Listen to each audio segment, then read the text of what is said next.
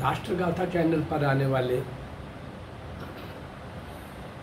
सभी श्रोताओं को और दर्शकों को मेरा सादर सप्रेम नमस्कार। भारत की स्वतंत्रता संग्राम का एक लंबा इतिहास। मैं अभी 1000-1200 साल की बात नहीं कर रहा। मैं मुगल, पठान, तुर्क, अफगान, फ्रेंच, डच, इंग्लिश की बात नहीं कर रहा। उसके भी पहले हून और शक और वगैरह वगैरह कितने ही विदेशी जातियों ने कब कब कितने कितने हमले, सबसे ज़्यादा हमले अपने देश के ऊपर हुए। अभी जो मैं आपके सामने ला रहा हूँ 1757 से 1947 तक 190 वर्ष का इतिहास। उस 190 वर्ष में भी मैं 517-18 वीडियोज़ आप तक दे चुका हूँ, परंतु अभी 2 दिन से 2 एपिसोड से मैंने थोड़ा सा बदला है। 1757, 1947 ठीक, नेताजी सुभाष चंद्र बोस तक ठीक, लेकिन अभी काकोरी कांड, चटगांव शस्त्रागार कांड, हाँ, ये वो युग था जो सन 1916 से 1934 तक, 1916 से 34 तक, और यहाँ तक के 1942 के 42 के भारत छोड़ो आंदोलन, क्विट इंडिया मूवमेंट में भी जो क्रांतिकारी अपना सर्वस्व लुटा रहे थे, उनको भी इस काल में ले रहा हूँ, यानी 16 से 42। इसी एक छोटे से काल में कितने 100 नाम आपके सामने आएंगे जो अज्ञात हैं। इस चैनल के अंदर चूंकि मैं 98% ऐसे अज्ञात लोगों को, वीर वीरांगनाओं को, नायक नायिकाओं को आपके सामने ला रहा हूं। सारे देश के अंदर, देश की 10 दिशाओं में, देश विदेश में भारत माँ की स्वतंत्रता की बेड़ियां काटने वाले, उसके लिए खुद कट जाने वाले ऐसे अज्ञात लोगों की एक लंबी श्रृंखला के साथ आज नाम जुड़ रहा है एक और, श्री अनिल चंद्र दास। श्री अनिल चंद्र दास, हाँ, क्रांतिकारी अनिल चंद्र दास की मां ने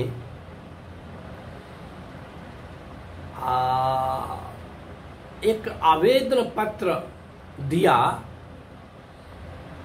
कि उसके बीमार पुत्र को जेल में ठीक तरह से इलाज नहीं किया जा रहा, इसलिए एक प्राइवेट डॉक्टर से उसका इलाज कराने की व्यवस्था की जाए, अनुमति दी जाए। उस दुखियारी माता की ये प्रार्थना अस्वीकार कर दी गई, नहीं मानी गई। अनिल चंद्र दास ने कलकत्ता विश्वविद्यालय से एमएससी की परीक्षा उत्तीर्ण की थी। उसका संबंध उसी समय क्रांतिकारी दल से हो गया था। अब ये उत्तीर्ण कर लेने के बाद, एमएससी कंप्लीट कर लेने के बाद, ये फरारी जीवन जी रहा था और क्रांतिकारियों के साथ पूरी तरह के साथ कदम से कदम, कंधे से कंधा मिला करके चल रहा था। एमएससी कलकत्ता विश्वविद्यालय से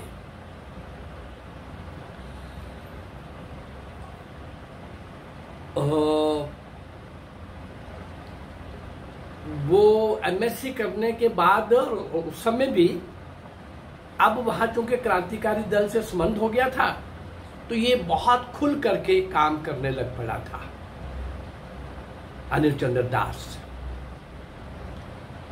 अनिल चंद्र दास को गिरफ्तार करने में पुलिस को सफलता मिल गई और उस पर मुकदमा चलाया गया। पुलिस ने क्रांतिकारियों के रहस्य जानने के लिए उसे बहुत मारा पीटा और भांति भांति की यातनाएं दी गई। उसे हर तरह से भयंकर, अमानुषिक, क्रूर, सब प्रकार का फिजिकली टॉर्चर करने के बाद उसको एक बहुत गंदे से कमरे में, गंदे से माहौल में, खराब जैसा स्थान, और उसमें रखा गया। फिर वही होना था। शरीर का जो उन्होंने हालत की थी वो तो की थी, पर खराब स्थान में होने के कारण अनिल चंद्र दास बीमार पड़ गया।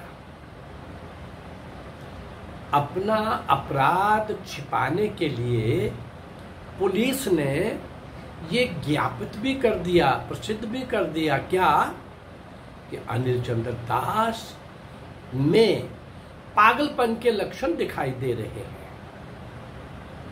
इतना ही नहीं, उससे मिलने की किसी को अनुमति भी नहीं दी गई। 17 जून 1932 1932 को अतिरिक्त जिला मजिस्ट्रेट ने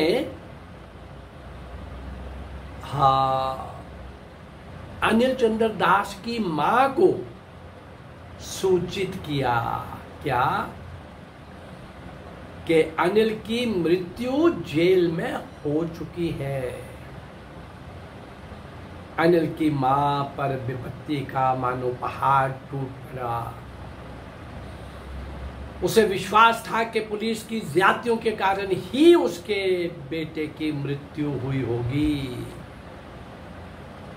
उसने अतिरिक्त जिला मजिस्ट्रेट को इस आशय का पत्र लिखा, क्या कि अनिल के पोस्टमार्टम के समय उसके निजी डॉक्टर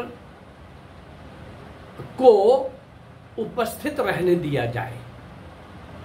कि आपने मुझे तो कह दिया, पर उसका पोस्टमार्टम होगा तो उसके लिए एक निजी डॉक्टर तैनात किया जाए, उसको उपस्थित रहने दिया जाए। उसकी, अनिल की मां की ये प्रार्थना स्वीकार कर ली गई। जब एक प्राइवेट सर्जन अनिल के पोस्टमार्टम देखने, उस रिपोर्ट को देखने जेल के अस्पताल में पहुंचा, तो जेल के सर्जन ने उससे ये कह दिया कि अनिल का पोस्टमार्टम तो हो चुका है, पहले ही हो चुका है। पोस्टमार्टम की रिपोर्ट भी उसने नहीं दिखाई। पुलिस ने एक निरपराध की बलि लेकर अपना पाप छिपा लिया।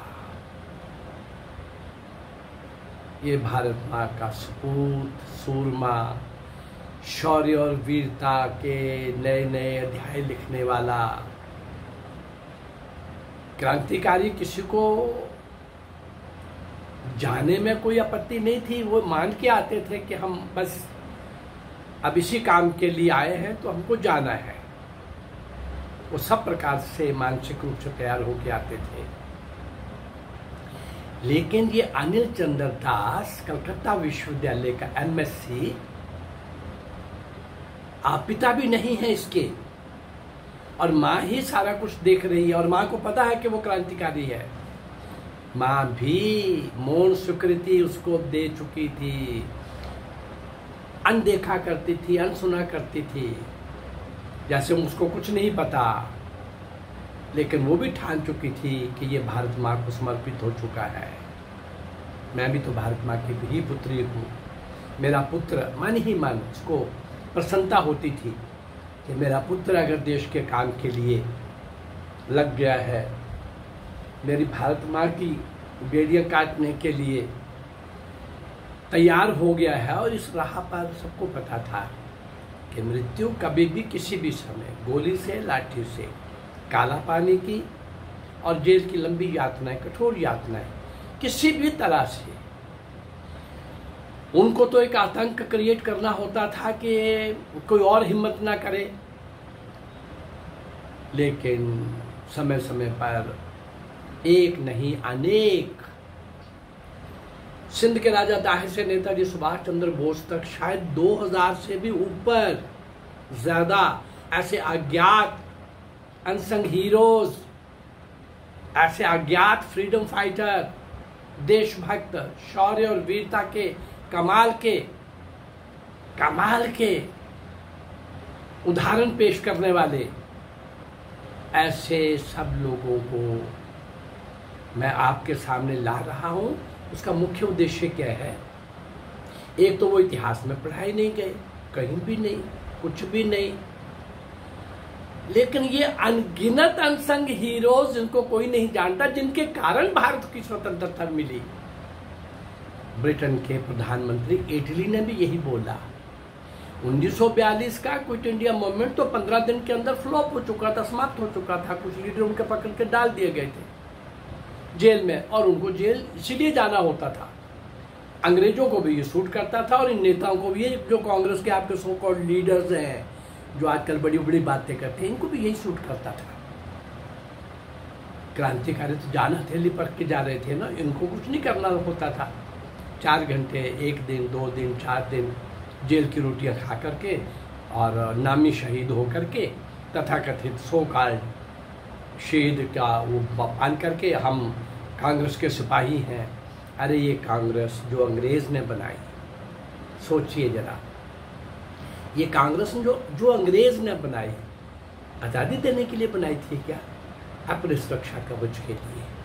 मैं ये विषय आपको समय समय पर रखता हूँ, इसलिए पीड़ा होती है कि इतने सब लोगों का बलिदान, जिनका इतिहास में कहीं नाम नहीं, इन सब लोगों को आपके सामने लाने का एक प्रयास है।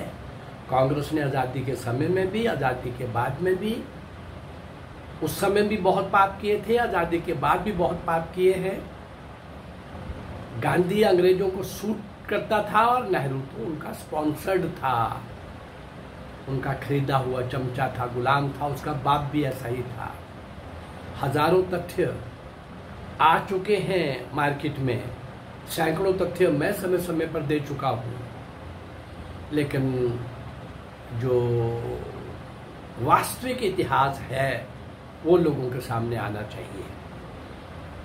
मैं ये प्रयास कर रहा हूँ ऐसे सब लोगों को आपके सामने लाने का, और अभी जो छोटा सा काल मैंने लिया है इसके अंदर आप तक पहुँचाने का। अगर मेरा ये प्रयास आपको अच्छा लग रहा है तो लाइक करिए, सब्सक्राइब करिए और इसको शेयर करिए। नमस्कार।